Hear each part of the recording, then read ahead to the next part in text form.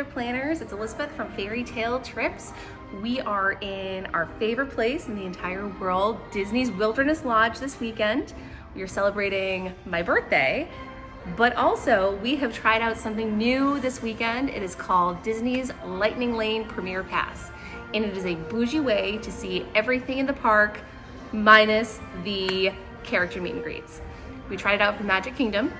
It is for right now for deluxe resort only, and basically it is a way to see all the rides you want in one day. So if you are a little flexible in your budget for your Disney vacation and you're tight on time, this is the way to do it. We were able to walk onto every lightning lane, which was pretty awesome. There's no standby, you just walk right in. So 50-minute wait, 4 minutes, which is great, especially if you only have a couple days like we do. We have a weekend to do everything.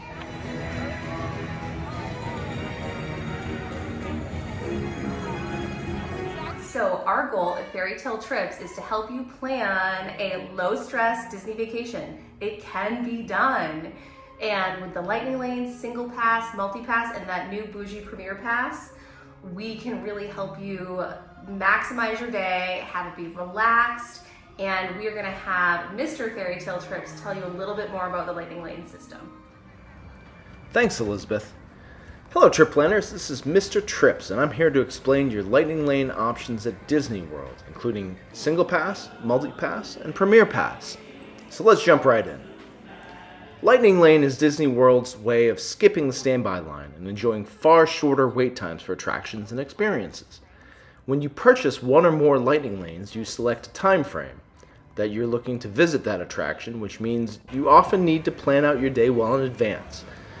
And then be attached to your mobile device as you try to book additional attractions throughout the day in case of multipass.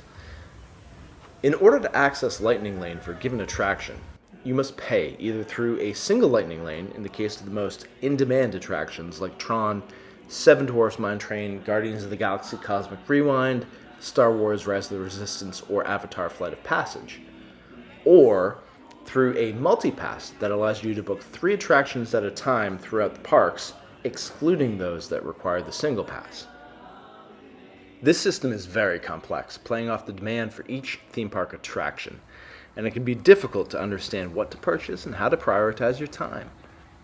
Up until recently, Disney only offered single pass and multi-pass, but as of late October, Disney is now offering Premier Pass, which allows you to access the Lightning Lane of each attraction once in the day that you purchase, within a specific park, without needing to select a time frame to visit that attraction. We found our day with the Premier Pass to be exceptionally magical, as anytime we were near an attraction, we had the option of skipping the standby queue.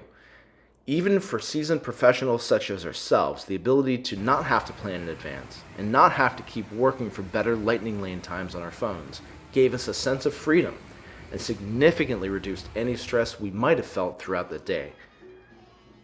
What this meant was that we could ride attractions throughout the park as we came upon them, allowing us to relax in between and visit Magic Kingdom in an incredibly efficient way by visiting whole areas at once and not needing to go back and forth between the crowds.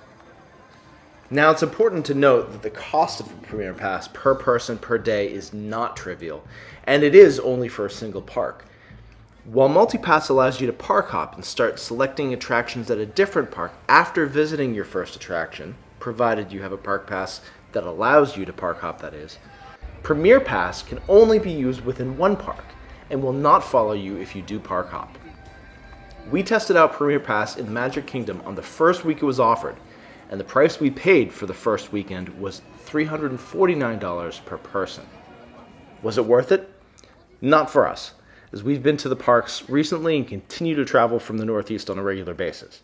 But for many others who do not get to Disney World and do not want the stress of booking multiple single and multi-passes throughout the day, navigating the Disney app to find better attraction times, and then planning out a day that means you likely need to run from one side of the park to the other to meet your Lightning Lane return times, this could absolutely be worth the money, and is far less expensive than hiring a Disney VIP guide for the day. Thank you, Mr. Trips, and thank you for watching. We would love to help you plan your next magical Disney vacation. Please reach out to Elizabeth at fairytaletrips.travel and have a magical day.